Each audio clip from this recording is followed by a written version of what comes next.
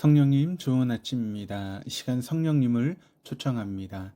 오늘도 내 안에 오셔서 하나님을 기쁘시게 드릴 것을 소원하게 해주세요. 오늘 말씀을 통해 구체적으로 무엇을 해야 할지를 깨닫게 해주세요. 깨달은 것을 삶 속에서 실천할 수 있도록 도와주세요. 아멘.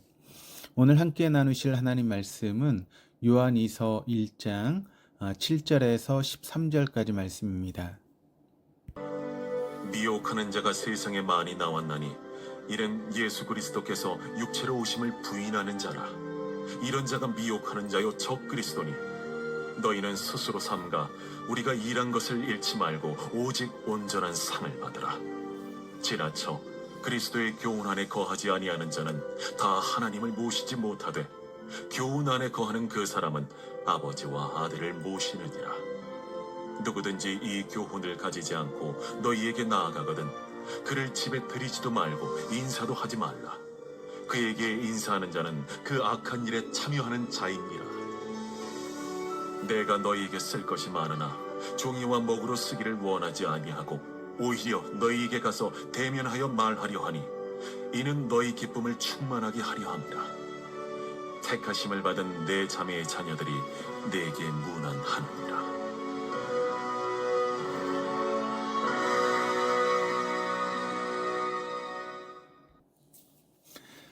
사도 요한은 미혹하는 자들을 어떻게 대처해야 되는지를 오늘 본문 말씀을 통해 기록을 하고 있습니다. 7절 말씀입니다. 미혹하는 자가 세상에 많이 나왔나니 이는 예수 그리스도께서 육체로 오심을 부인하는 자라. 이런 자가 미혹하는 자요 적 그리스도니. 우리가 가지고 있는 성경에는 빠져 있지만 헬라어 성경은 7절이 왜냐하면이라고 하는 접속사로 시작을 합니다.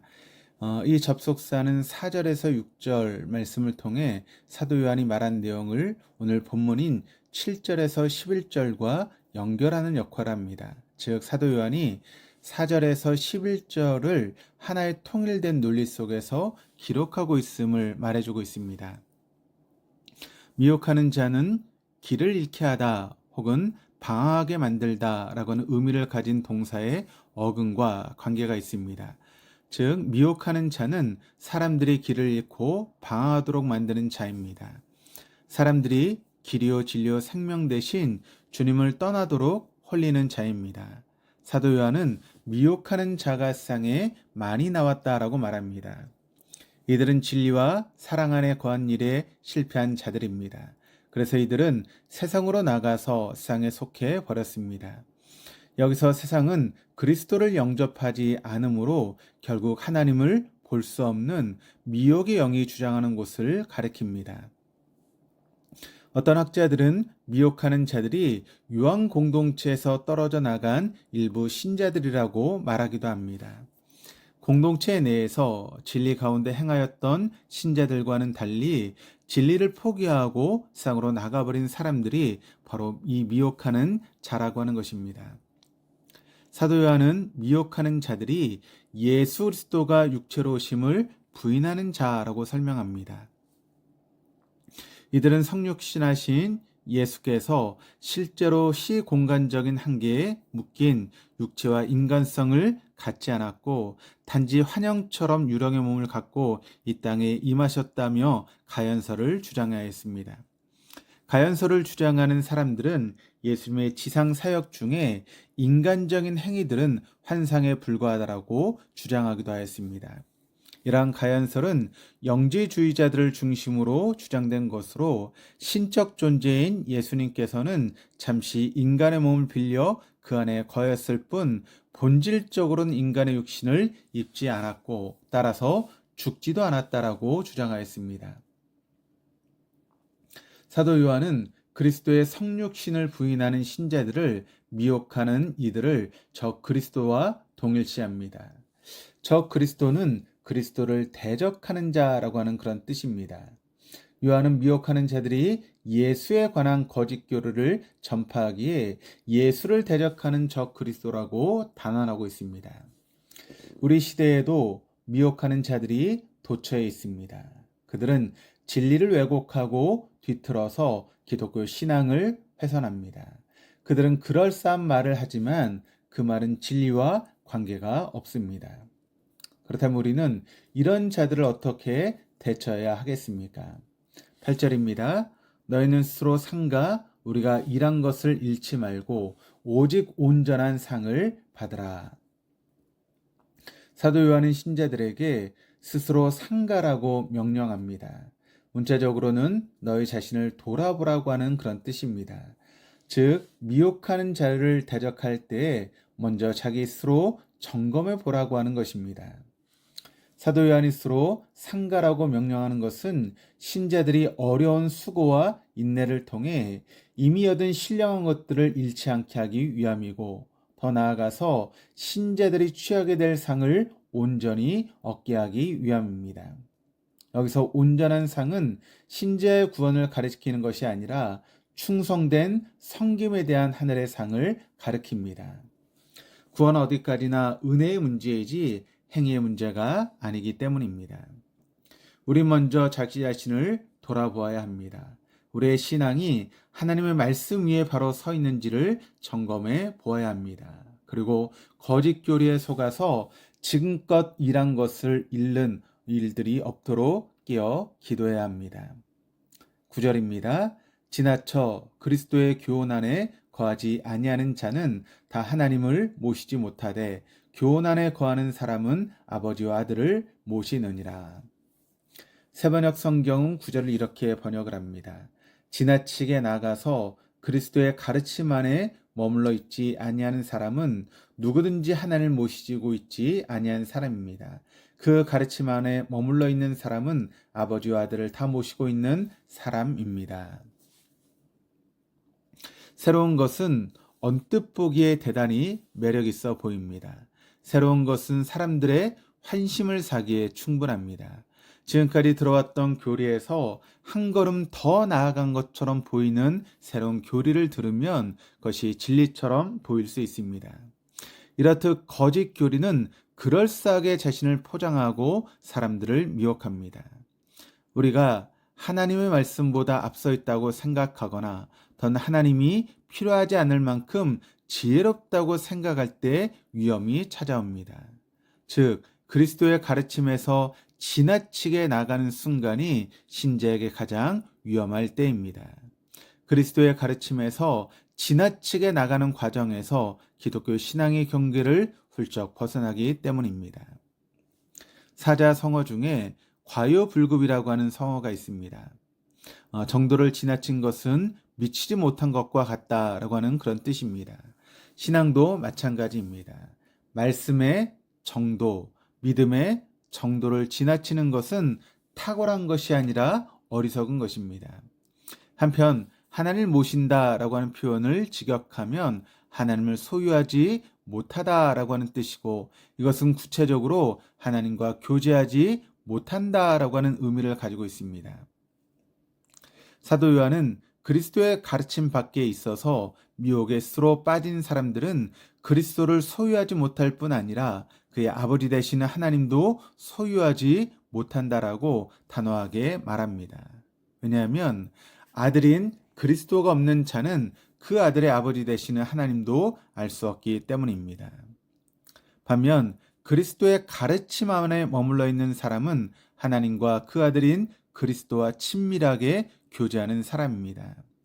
우리가 하나님과 친밀한 교제를 누릴 수 있는 비결은 다른 무엇이 아니라 그리스도의 가르침 안에서 늘 머무는 것입니다.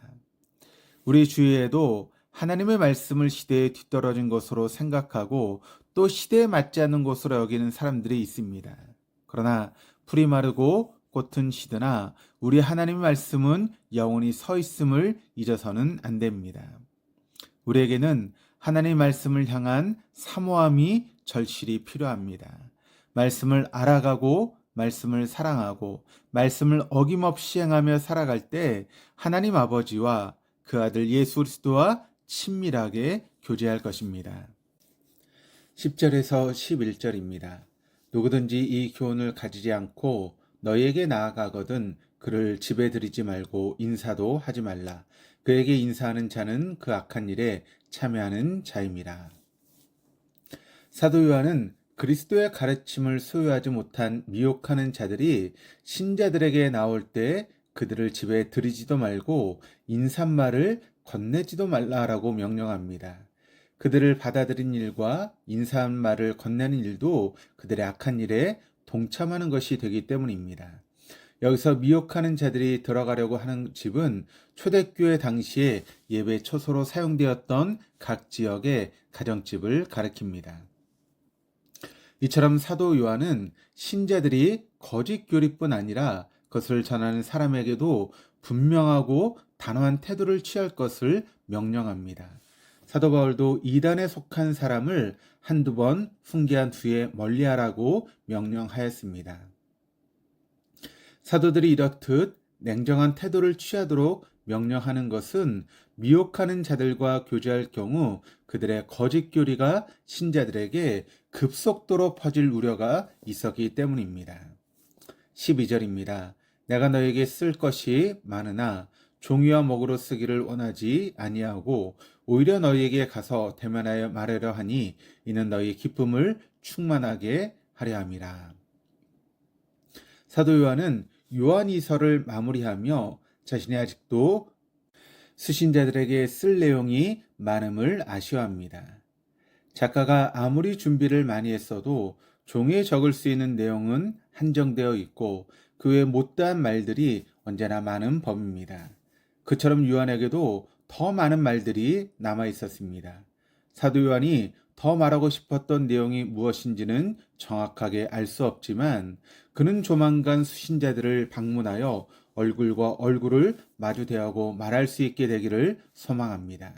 그리고 이를 통해 서로 간의 기쁨이 충만하고 온전해지기를 기대하고 있습니다. 사도 요한의 말처럼 신자들의 얼굴을 맞대고 교제하는 것은 서로의 기쁨을 충만하게 합니다. 신자들의 친밀한 교제는 믿음과 사랑을 더욱 풍성하게 만듭니다. 13절입니다. 택하심을 받은 내 자매의 자녀들이 내게 문안하느니라. 이 서신의 첫 절에서 수신자로 언급된 택하심을 받은 부녀와 그의 자녀들이 교회를 의인화한 표현인 것처럼 마지막 절에서 택하심을 받은 내 자매의 자녀들 역시 교회를 의인화한 표현입니다. 사도 요한은 이들의 안부를 전함으로 서신을 매듭 짓습니다. 이것은 동일한 진리를 소유한 믿음의 교회들 사이의 연합과 교제를 잘 보여줍니다. 개교회주의가 팽배한 이 시대에 우리가 귀를 기울여야 할 대목입니다. 우리는 불의한 세상에서 살아가고 있습니다. 이뿐만 아니라 미혹하는 자들이 우는 사자같이 두루 다니며 산길자를 찾아다니는 시대입니다. 이때 우리는 어떻게 살아야 하겠습니까? 우리를 미혹하는 자들의 정체를 깨닫고 참된 거짓을 바르게 분별해야 합니다. 우리는 그럴싸한 말에 속지 말고 진리를 따라 걸어야 합니다. 우리는 스스로 하나님 말씀 위에 서 있는지를 점검해야 합니다. 우리는 하나님 말씀을 더 알아가고 더 사랑해야 합니다. 우리는 거짓 교리로 미혹하는 자들에게 관용을 베풀지 말고 그들을 단호히 끊어낼 수 있어야 할 것입니다. 기도하시겠습니다. 하나님 아버지, 불의한 세상 속에서 갈대처럼 흔들리지 않고 길이요 진리요 생명 되신 주님만을 따라가길 원합니다.